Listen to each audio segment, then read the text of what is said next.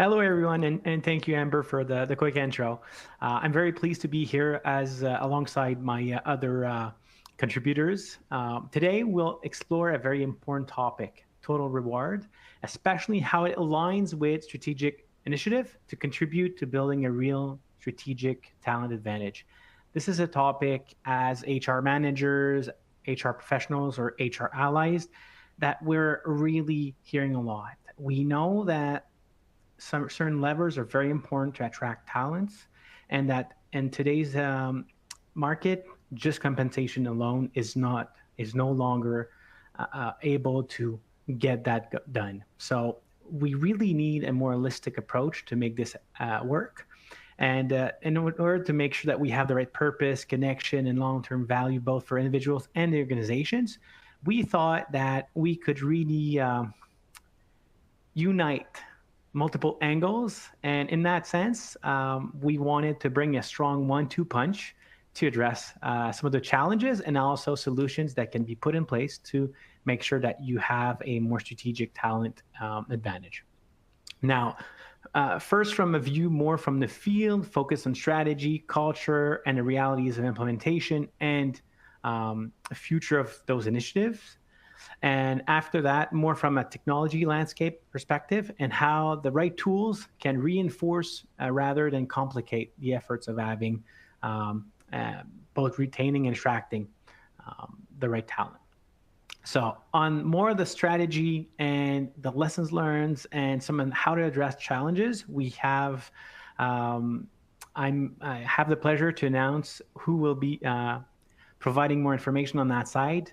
Jody Lackey, Executive Director at Arn Pryor and District Child Care Services, will begin by sharing how her organization has approached total reward beyond compensation and has really turned them into a more powerful and meaningful part of the organization. Her perspective, rooted both in but from the nonprofit sector and based on her prior experience, has allowed to really drive engagement and retention, where compensation is not the only answer. And I think this is going to be very useful for all of you attending today, because at the end of the day, we're looking at how we can make a sustainable impact in the real day-to-day for those talents. Now, after that, you'll hear from Hugo Ruick, account executive at Folks HR, who supports HR professionals across Canada in designing and finding more efficient tools and solutions to make this happen. Because alongside different levers that are available, one thing that is very important is it's not only about compensation, but there's also other ways to make sure you can make this happen without just manual work. So we'll delve into more how we can prepare ourselves and better understand the solutions that can be at play when having that talent advantage. We've heard about folks a few times in this quick introduction. And just to give you a more brief introduction to Folks HR, it is a Canadian-built HR platform that supports the full employee life cycle, from hiring to onboarding to engagement, performance, and sometimes transition to a different opportunity. It's built to simply make sure that we can support HR operations with helping teams stay focused on what matters most, their people. So Hugo might touch a bit about that and how solutions can help out through the life cycle. But to make sure that we keep the session practical and interactive, we'll just focus on the presentation, but we'll still give you information as to how to pick the right tools. Without further ado, we'll transition to Jody. So Jody, the floor is yours. Thank you so much, Jimmy, and welcome everybody. Thanks for joining us today. Just a little bit about my background. I'm with Arn Pryor District Child Care Services. We opened up a licensed child care center back in 1989. We now currently have 3 fairly large child care centers serving children and families aged 12 months to 12 years throughout Renfrew County. And we do hope to expand to about 6 centers total come mid-June of 2026. So on that note, I'll just jump into from a talent perspective. One of the biggest challenges that we are finding these days, and I'm sure many of you are finding as well, is recruitment. It's at an all-time low. And being a nonprofit, we don't have that opportunity to offer those higher compensation packages that many other organizations are able to do. And on top of that, we actually aren't able to offer some of those flexible incentives that others are able to do in terms of working hybrid working environments or flexible schedules and what have you.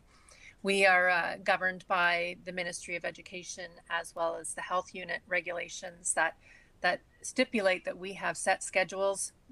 So it's proving a bit of a challenge when people are seeing all of these flexible work environments and higher salaries in terms of hiring. So our biggest challenge is how do we get those candidates in that are flexible, communicative, positive, and can really contribute positively to our programs, sustaining that standard that we have set to date. So I think what we really need to do is rethink recruitment. Gone are the days when we used to post a posting, we would have hundreds of applicants come in, and our biggest challenge was filtering out which ones you wanted to move ahead in the recruitment process. We're finding these days that we're having very little applicants actually coming through for those job postings. So what we have done is we've brainstormed within our team, and we might take some old school practices, but we're going about them in a different way. For instance, attending career fairs has always been a big part of recruitment. We're now no longer asking management or HR representatives to attend those career fairs, but our staff, because I feel like the biggest advocate for our organization is going to be our staff. The people that are approaching us at these career fairs having questions, the staff can answer it realistically. They can talk to those trials and tribulations that they're going through on a daily basis. They can talk about how the team comes together to overcome some of the hurdles that they might be experiencing. It just gives that real life employee testimonial that I feel gives that extra boost to showcase your organization. I think another thing that it's a theme that you will see throughout my presentation is building value within your team. And by building value, you're developing that trust that you are not only proud of your organization, but proud of your team. And in doing that, you want to promote that professional development is important not only for your team members, but for your organization as well. So stressing that you are an advocate for that professional development helps your team members relate in terms of building that trust.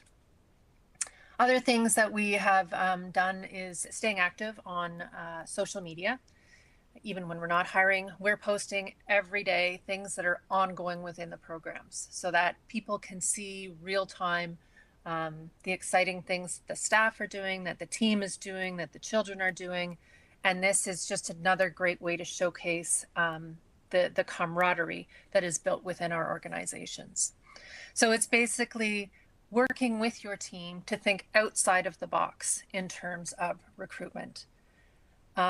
Biggest and foremost, though, is I think that people need to start thinking that recruitment's not just a as when it's needed basis. When a position comes up, you go into recruitment mode.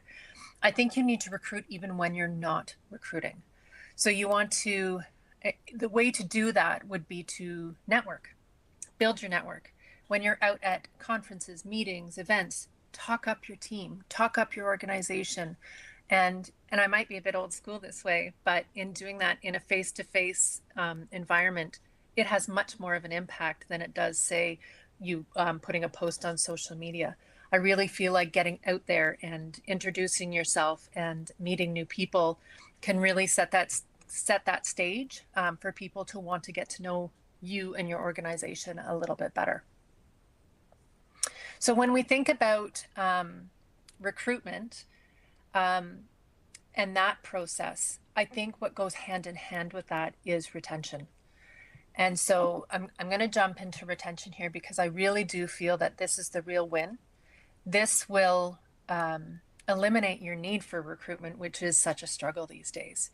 If you focus, as I mentioned earlier, on building that culture of value, then you're not going to have that higher turnover and you're not going to necessarily need to recruit that much more.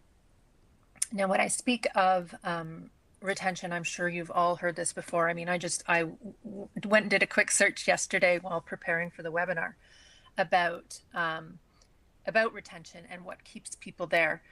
And when you look at a toxic work environment, that is what is driving people away. So that's where you need to keep on top of building that culture of value. So in my research yesterday, I saw the Canadian Safety Training Center state that 40% of workers have considered leaving their work environment because it was toxic. People are no longer wanting to stay in an environment, even if they have those incentives like a higher compensation. It doesn't matter to them anymore. It's important to build up that positive culture, and that's what will keep people on board. So how do you build that? Oh, sorry, Jimmy, this is for you. Thank you, Jody. So as we pause and go into how we do it, there's certain questions we wanted to ask you, one of which was, what kind of engagement initiative you have implemented in your organizations? Jody mentioned things like involving employees directly in activities that will bring other employees in to your organization, be part of the process. She also mentioned how this is not only a one-off opportunity where there's a need, then I'm going out there, I'm going to showcase, right? Basically, employees become advocate, they become promoters of organizations. But we want to get more information as to what you guys are implementing, because I think it's going to be helpful for others today to learn where the focus is on. And while we wait for a few more submissions, Jody, we had a question that was interesting about when your team, your colleagues go to those fairs, are they in pair with HR professionals and yourself or others, or are they really out there to kind of showcase the organization without the presence of HR professionals? We send them on their own. We list any upcoming positions that might be there, but they are happy to have a little bit of change in their work day, and they go out set with what positions there might be, how people can apply. But other than that, they're on their own. Awesome. So they have the leeway to say what they have to say to attendees. Absolutely. Awesome. That's showcasing a lot of trust, but also support, right? It's very good. So we're getting a lot of votes. Don't be shy to pick other options. I'm sure this will be useful as we go through some of the results to showcase how perhaps you are lining up with others here, and perhaps get inspiration as well. So let's go to some of the results. So it seems that so far about 30% or more are really focusing on and zeroing on regular recognition or appreciation program. Gone are the day of we'll do a recognition once a year, we'll tap in the back. Then there's more of the learning and development opportunities. This is also quite popular one, wellness and work-life balance initiative, which, as you said, Jody, can be difficult when you have regulated schedules and also other requirements. Peer-to-peer building, team building activities are a bit lower across here, and we have improved communication feedback. So looks like most of attendees are focusing on regular and consistent recognition and having programs for employees to develop and learn. So that's going to be interesting to balance and contrast with what you're going to show Jody. Absolutely. I love that so many people chose recognition, because that is actually where I'm headed next in my next slide. Recognition is what builds that culture for sure. And when you don't have a large budget, again, you've got to think outside of the box to think, how are we going to show our employees that we value them? And, you look at the little things by acknowledging birthdays, milestones, life events. We have one center where we have a birthday board, and we switch it up every month. And so for the month of November, we have 3 birthdays up there in one center. And just to see our staff say, oh, hey, Kaylee, happy birthday. It just builds that little bit of, you see a smile on their face, and it just makes their day all that much more, exciting a little bit, right? Your team is thinking of you. Just to throw out some other ideas we do, we have the option to add $1 or $2 off of every paycheck to what we call a staff fund. So that when a special event like a marriage or a baby's being welcomed into the family, or an anniversary or something, the staff can go to that pot and go and get something in order to help that person celebrate that big event that happens. And really, like every second paycheck, missing $1 or $2 is not a big deal. But if you're about to go off and get married or to have a baby or what have you, having that nice send off from your team means the world. So in terms of team building, again, these can be big events, which, in past organizations I've been privy to. But when you're in nonprofit, you got to think of a budget again, right? So team building can just, be as easy as introducing the little things when at a team meeting. So I'll give you an example. One of our supervisors had this great idea. We ended our staff meeting the other day, and she said, can everybody take 5 minutes and grab a piece of paper and write down all of your team members' names? And so that's how everybody grabbed their piece of paper and they wrote down all their team members' names. And then she said, can everybody please write one word to describe that person? So everybody wrote down one word beside the person's name. The next morning, this supervisor had posted on the bulletin board in the staff room the person's name and all of the descriptors that their team members had said about them. And you should have seen the buzz in that center. It just set the tone for the week that everybody was seeing these people as reliable and creative and happy, and seeing all of these positive descriptors just boosted that morale. It was quite amazing to see. So also with that recognition, I think there's also the things on the background that you want to consider, like communication, keeping that communication open, creating a mentorship program perhaps is a consideration, so that breaks down those channels where people might be feel awkward for approaching somebody else for help or assistance in the event that they need it. So it's just, again, thinking outside of the box, getting a little creative in how you can build that culture of value.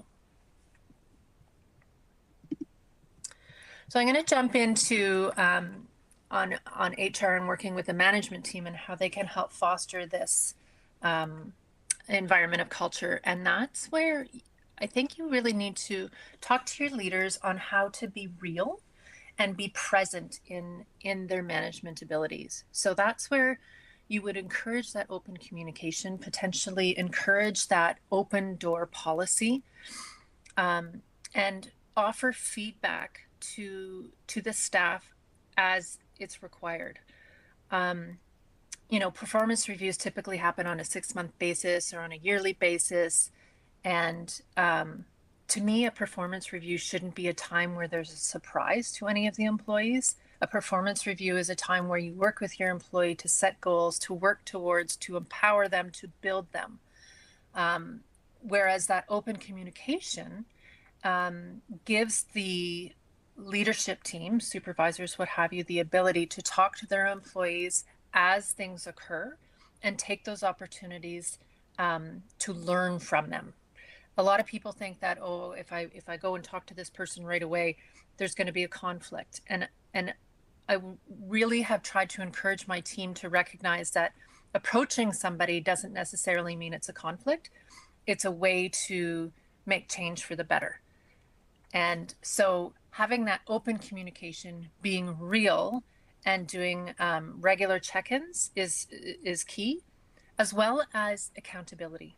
Holding staff accountable for all of their actions builds a trust between all of the employees and yourself in terms of expectations being described and therefore then being met. And once the team understands that those expectations are being met, then that builds its trust within itself. Jimmy, did you have a question? I did, Jody. I'm sure a lot of HR professionals and by extension, HR allies would like to know what are some ways we can support managers or supervisors and holding those the right transparent and honest conversations, right? Sometimes it's a shift in mindsets or what has been seen before in other organizations. So how can HR professionals can support those managers into having the right conversations?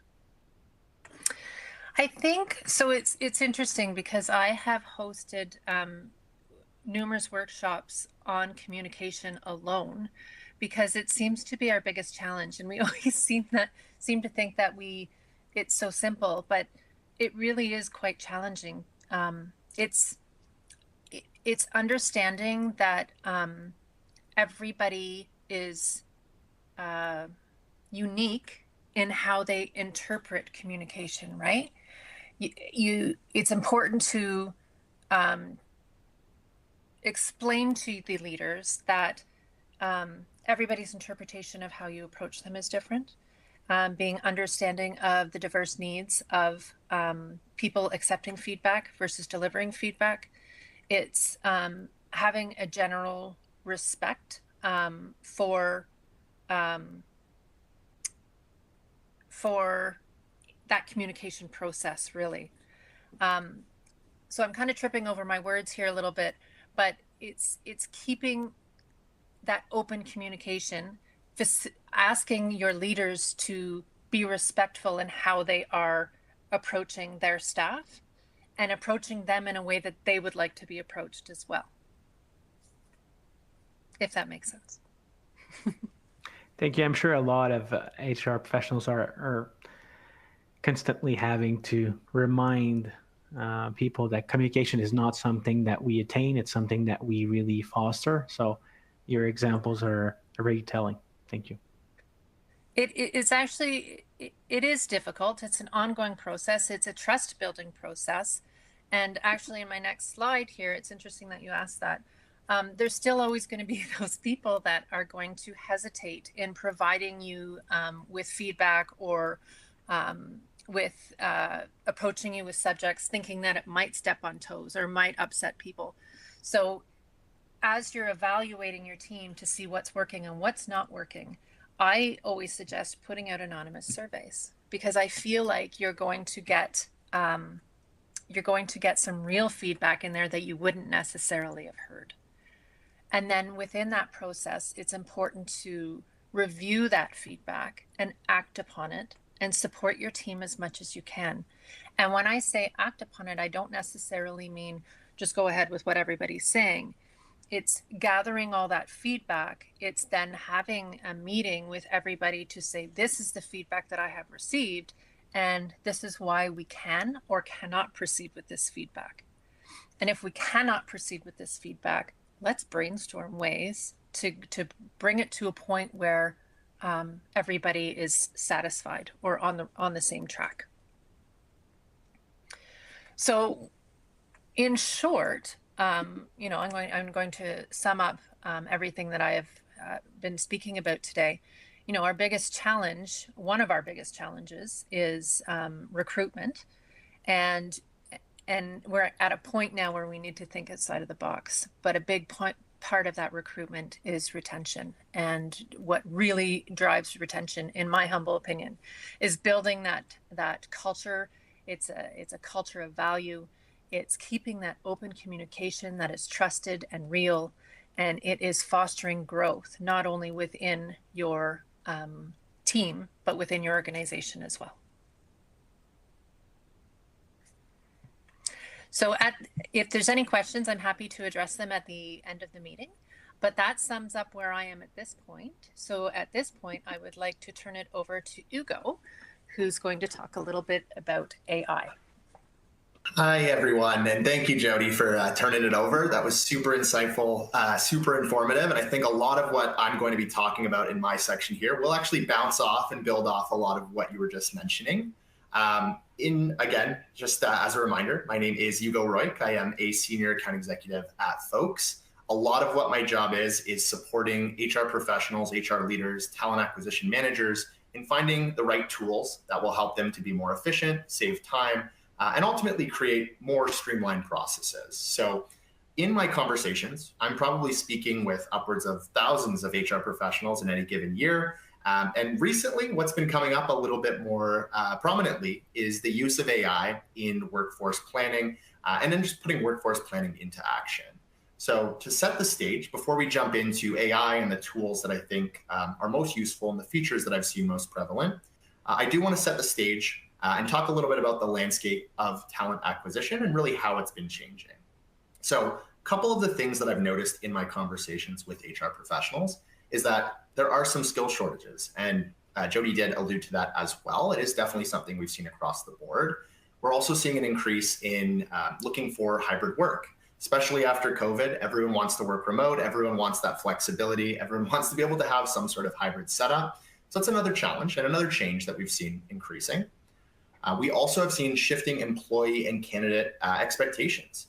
No longer are they willing to kind of wait through a candidate process. They want a great candidate experience. They want response times. They want flexibility.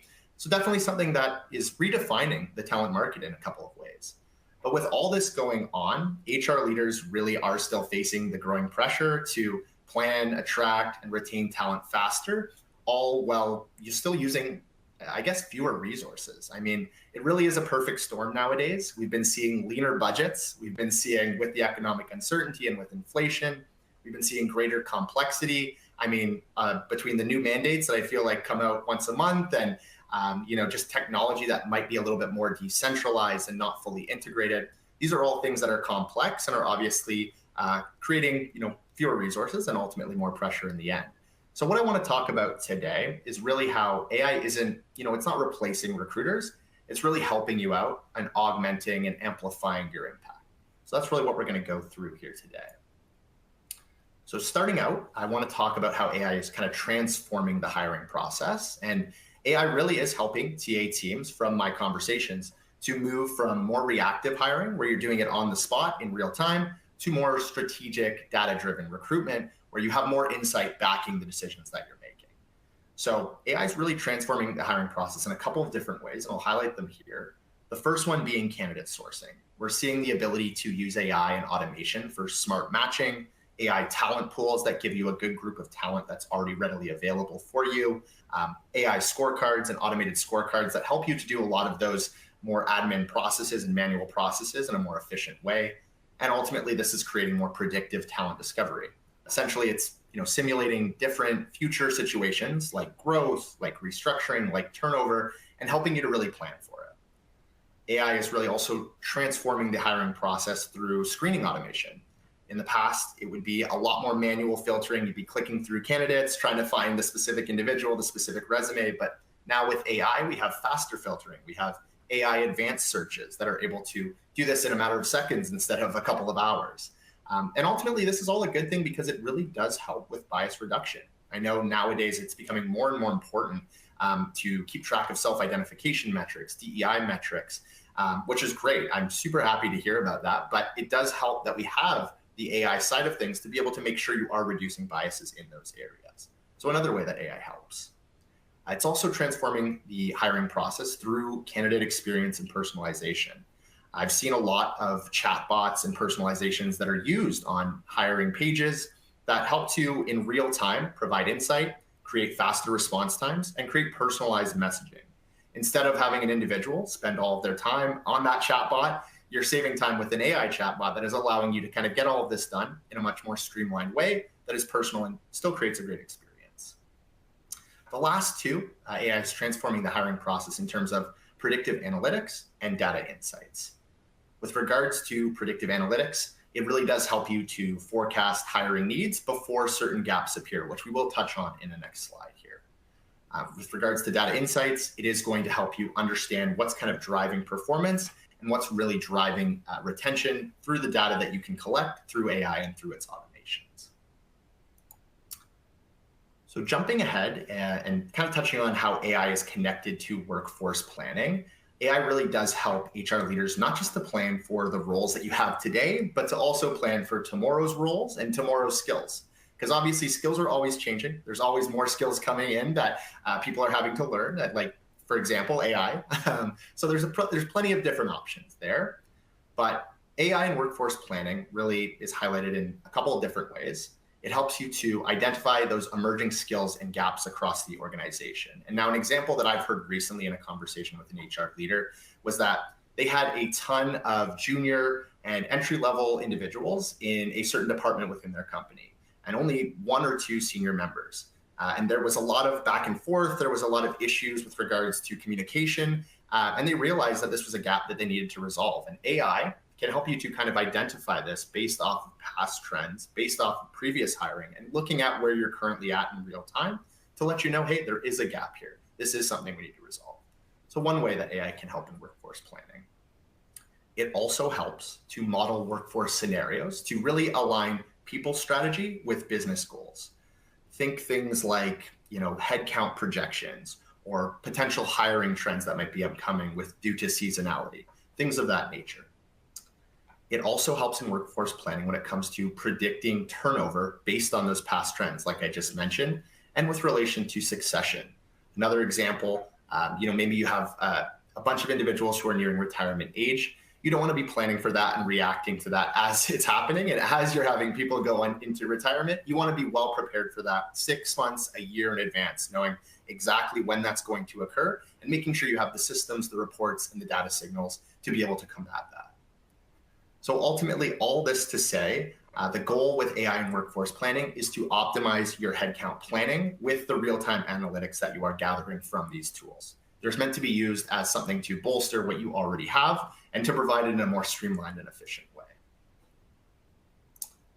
So it's all fine and dandy, but how do we turn that data into strategy? And how are we turning that insight into actual action? So, when TA and workforce planning data connect, organizations can do a couple of things. First thing being, they can make much faster evidence-based hiring decisions. They're able to use that past data, like I just mentioned, put that into play, and then use that when they are making these decisions. They're ultimately able to anticipate workforce shifts and not just react to it as well. So for example, if there's new skills coming out for your industry that are going to be needed in the coming 5-10 years, you want to make sure that you're starting that planning now.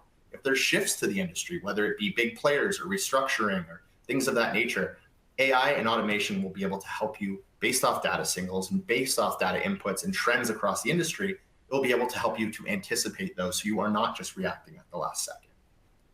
And ultimately, one of the biggest things I think is that it actually helps to improve alignment between HR, finance, operations, and really all of your other departments.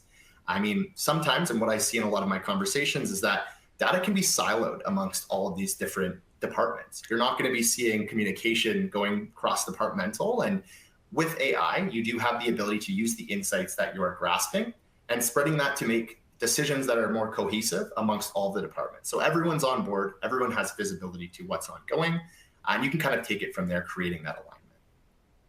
So really, again, to summarize, it is helping to build more resilient, future-ready teams.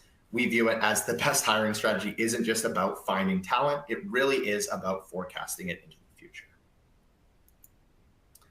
So now we're going to switch gears just a little bit because there was a lot of talk about AI, and I want to talk a little bit more about the human side of things and the HR side of things. Because AI is great, it's fine and dandy, but it is really a tool. It is a tool meant to support you. It can't do everything. It's not a magic wand that's going to solve all your problems, but it is something that can make it a little bit more efficient and save you a little bit of time.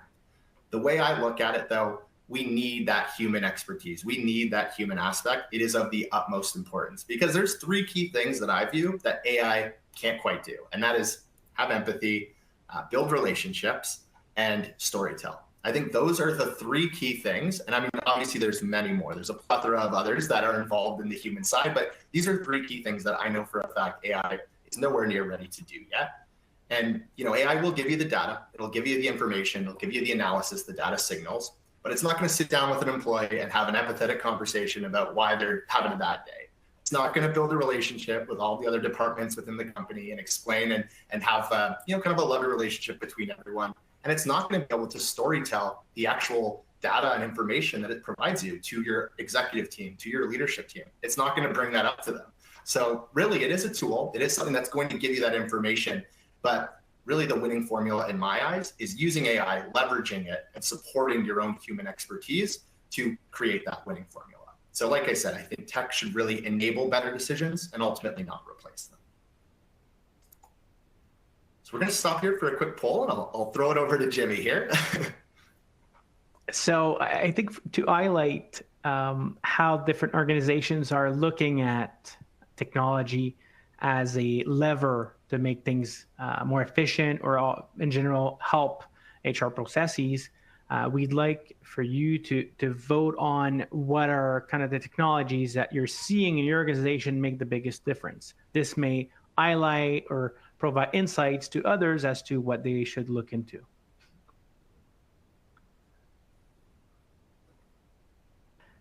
Also, while we wait for a few more answers to this, I'm seeing already some important questions as to the responsibilities of using AI and how to make sure we don't go from one end of the spectrum to another. And I think to speak to what you just said, Hugo, I think it's important to understand that AI will not replace the human aspect, especially as to how to pick and how to find the right candidates.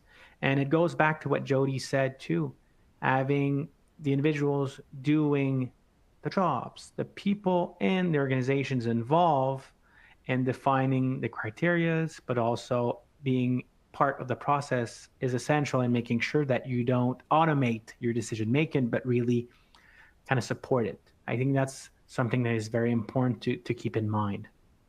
Yes, and I think the key of judgment. I think judgment's another one that I may have left off the list there, but it's another key part of the human aspect of it. That judgment is not something that AI does great. So that is something that is always going to be more on the human aspect, and I think that's one of the big advantages of, like I said, combining AI with your human expertise, because judgment is a key part of any decision when it comes to choosing a candidate, when it comes to hiring and the whole recruitment process. So.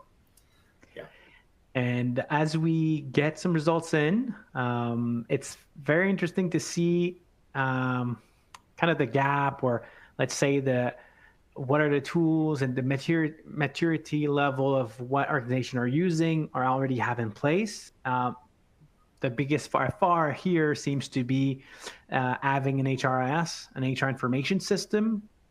44% of respondents have mentioned that as making the biggest difference for their organization. Closely behind, we have AI. So what you just mentioned, Hugo, so tools and solutions that can generate information, whether it's to supplement human action or to provide content. We also have recruitment or applicant tracking system, an ATS.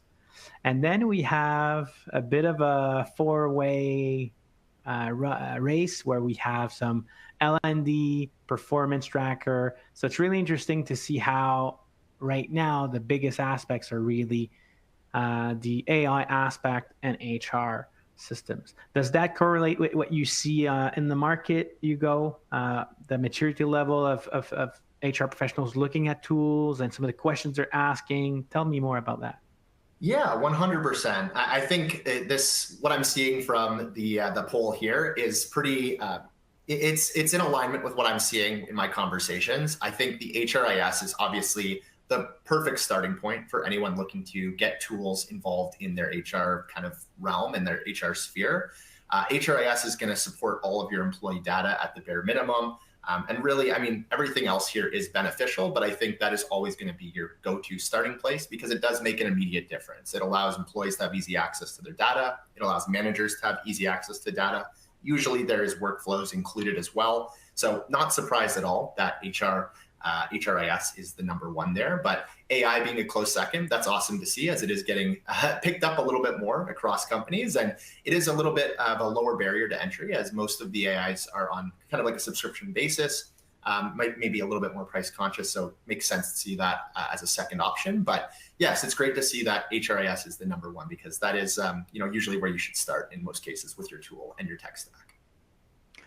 I'd love to equip attendees with certain important questions that they have to ask themselves should they want to explore an HRS or another piece of solution, whether it's the AI or so on. What are the tips or the recommendation you would provide, Hugo, to make sure that they don't get into this without the proper thought process, right? As vendors, we know often we think, oh, the vendor will do the due diligence of what I need, but I think there's a bit more to be done before we go into the lookout for a solution. For sure, yeah. All of this is right. All of those are tools. So tell us more about how to prepare to really explore those. Yeah, I think the biggest thing is you've got to determine internally if what it is you're looking for and what you're trying to solve. Because there's so many different things that these tools can help to solve for. But if it's not solving the issue that you have internally, then it's not worth your time, right? So you've got to really go dig in and find, where are the inefficiencies with your current processes? Is it taking you a ton of time to manually send out documents and get them signed back? Is it taking you a ton of time to go through and do your vacation process? Are people writing it on a whiteboard right now and you're having to put that as a double entry into an email that goes to a manager? Like, where are those inefficiencies? So I think before you even start to look at any kind of system, you need to figure out exactly where those gaps are in your current processes. And then you can kind of come from the lens of knowing these are the issues we need to resolve. What are the platforms that are going to actually resolve these specific issues?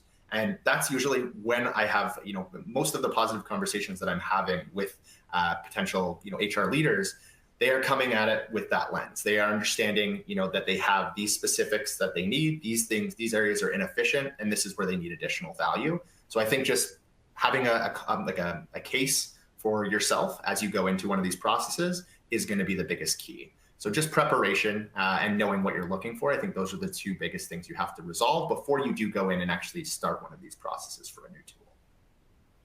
And I think this applies very well to AI solutions as well, Hugo. I think sure. This is a tool. It's a great tool, and it could be very fast and efficient. But what is it that I want it to complete? Is there any risk as with the information I'm managing or going through that? Where is it stored? Right? Those questions are still very important no matter what option you pick. Right? So defining those criteria beforehand is key. Definitely.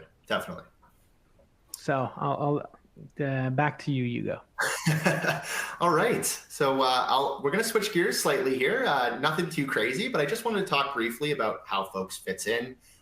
Folks, as we mentioned, is a fully Canadian HRIS, ATS, performance management, and payroll software, really aiming to centralize all of that under one roof. So as you can see, we do centralize HR, TA data, and workforce data to make it a little bit more efficient, easier to access, and just create faster, more streamlined processes. Ideally, we at Folks, we turn data into clear and actionable insights through the use of our custom reports, AI, and other tools and features that are included all throughout the system. Our goal, as every HRIS, as we were just alluded to, is to really free up HR time so that you are focusing on the human and not the admin. That is our end goal here. So just wanted to do a quick touch on Folks and kind of what we offer and who we are. But we did want to also let you go with a quick resource, a talent acquisition guide made by our wonderful marketing team. This covers a bunch of the different areas that you go through in a talent acquisition process. It does touch a little bit on AI and a couple of the other features and tools that you should look out for. So feel free to scan the QR code. We'd be happy to provide that as a service on your guys' end. But on my side of things, that was pretty much everything I had with relation to AI and workforce management. I appreciate you bearing with me on that end, and I'll throw it back to Jimmy so we can get the Q&A section started of this webinar. Thank you, Hugo. And while we transition into questions, I wanted to warm us up to asking questions by bringing back Jody on the hot seat. One thing that I'm seeing through questions is that people are sitting on initiatives, ideas. They're on the fence as to should they actually do it? How can they decide on putting initiative in place or really going for it? I'm thinking sometimes we fear that going out there with an initiative may backfire, may not bring results. Some people might find it counter productive or just feel like it's a burden. So I'd like to hear from your experience, Jody, as to you've put a lot of initiative in place. You've also fostered initiatives in others, more localized, specific initiatives. So, any reassuring words or tips for those that would be on the fence as to should I go with that idea that I have in mind or not? Absolutely. I think before you introduce anything new, recognize that change is hard for many people. So knowing that you are going to have some pushback on some level at some point in time, just have that as an expectation in terms of when you are rolling something out. But what I always try to do in advance is get team support. So I like to have that open dialogue with my team to say, here's what I'm thinking. I'm thinking that this may make your lives easier, but this is what you are going to be living every day. So please fill me in on whether you think this change is going to help, hinder, and do you have any other suggestions on top of what I am suggesting here today? So having that team backup and support before you do implement something new really, I think, helps alleviate that resistance to that change. And has perhaps we think about time and resources and how sometimes we don't necessarily find those to make it happen. You mentioned, very how you empower, or some people may feel empowered in an organization to make it happen. How do you find a way to keep it going? In a way, like sometimes you mentioned about having a board, having different events where we showcase how people are making a difference, but how do you find this feed of constant improvement and making sure that it's not a one-off thing on your side? So again, I think it boils down to that open communication. So every time we have a meeting, it's coming up with some tiny activity to state and to reiterate how happy you are with your team, how bring up little instances that have built the team, that have set that team apart for various reasons. It's always keeping top of mind that, one and done is never going to work. It's always got to be part of your strategy as an ongoing item. It's always keeping that value, that culture value top of mind. And bringing your team in on it. When you're having those team meetings, talk about how are you guys feeling? How are you feeling today? How are things in the last month? And then you can get that feedback and act upon it that way. It really boils down, in my opinion, to that open communication. Thank you, Jody. So we'll jump into more of the audience questions. I feel like they've warmed up and brought some questions along, so that's good. There's one question that goes back to when you mentioned, and I think that's very interesting because often we think, oh, maybe Jody's going to give me directly applicable initiative and ideas that I could just put in place without, reflecting on my context, which you just mentioned that we need more than just ideas. We need to also recognize the context in which we put them in place. One example, what could be, sometimes people may not want their birthdays to be mentioned, or they don't want the attention, or perhaps they feel uneasy about that information being shared. This might talk to you, Jody, as to perhaps a past experience or just something that you'd want to expand on. How do we manage when things are perhaps a bit more complex, there's misconceptions or hurdles, Any tips on either the specific aspects or just in general to make sure that initiatives can be done in a good light? So I think before something like that is being introduced, you want to get the feedback from that team before you implement it. And yes, in that center, there are a few people who don't like to be in the limelight.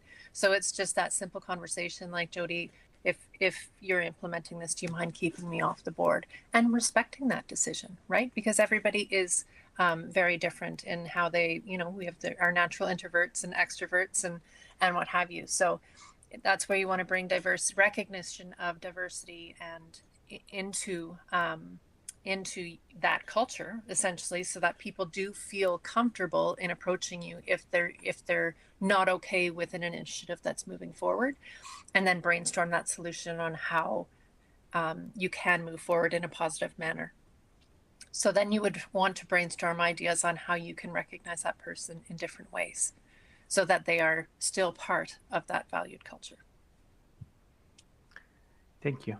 I'm seeing in the Q&A a lot of interest for technology, AI, but in technology in general. Some wishing that their organization would invest perhaps a bit more or utilize perhaps technologies they already have more. I think it's interesting we had Hugo's perspective as to technology and how it can influence operations. On your side, Jody, as someone that has a role that is much greater, goes much beyond technology in the organization, could you walk us through how you would provide insights as to an organization that would look into technology as a person that had to go through acquiring technology to supplement your day-to-day operations? So that's an interesting question. When I started at ADCCS, everything was still done over paper.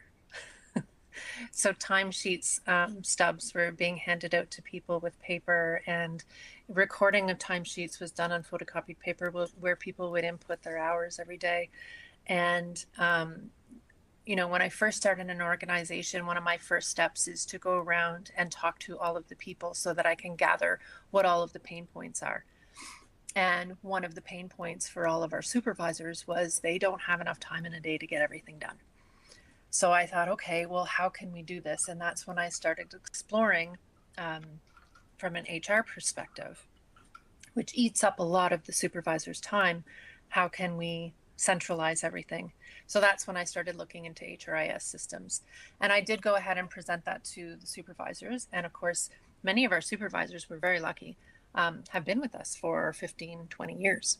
And so introducing something online was a very scary concept to many. And in working with technology in the past, it's preparing them to say, you know what, this is a wonderful step forward. There are going to be setbacks. There's going to be a learning curve. I'm not a technical person myself, but just having that HRIS system to help streamline those performance reviews, to have all of your timesheets in one place, to be able to look back in one central location on the HR needs that might arise. To me, that's how you would approach it. You would just you would look at the benefits and how it's going to help the organization.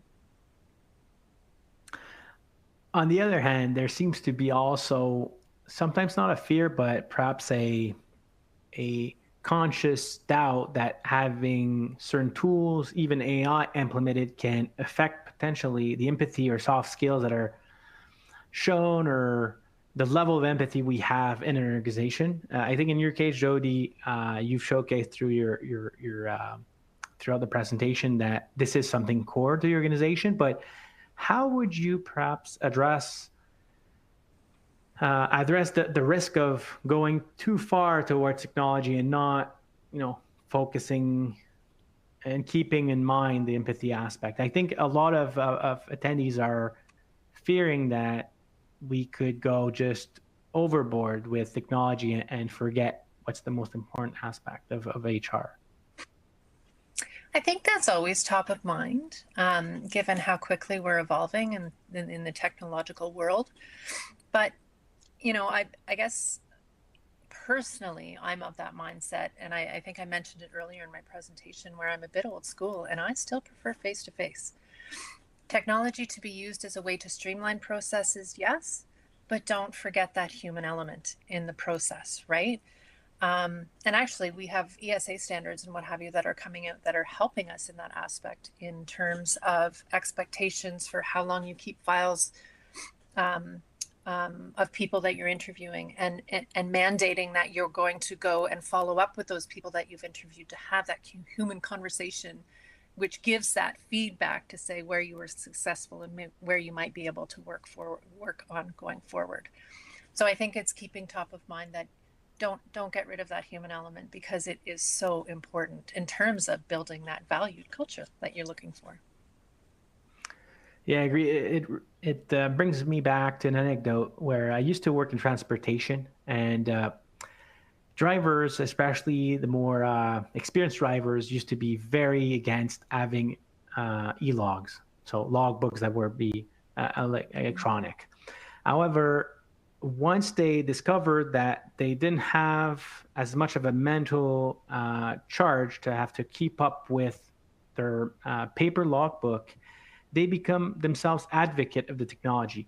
But what made the biggest difference was it made a real difference for them, and not just something that was, let's say, useful to higher ups or just to streamline certain operations that do not have a big impact on people on the ground.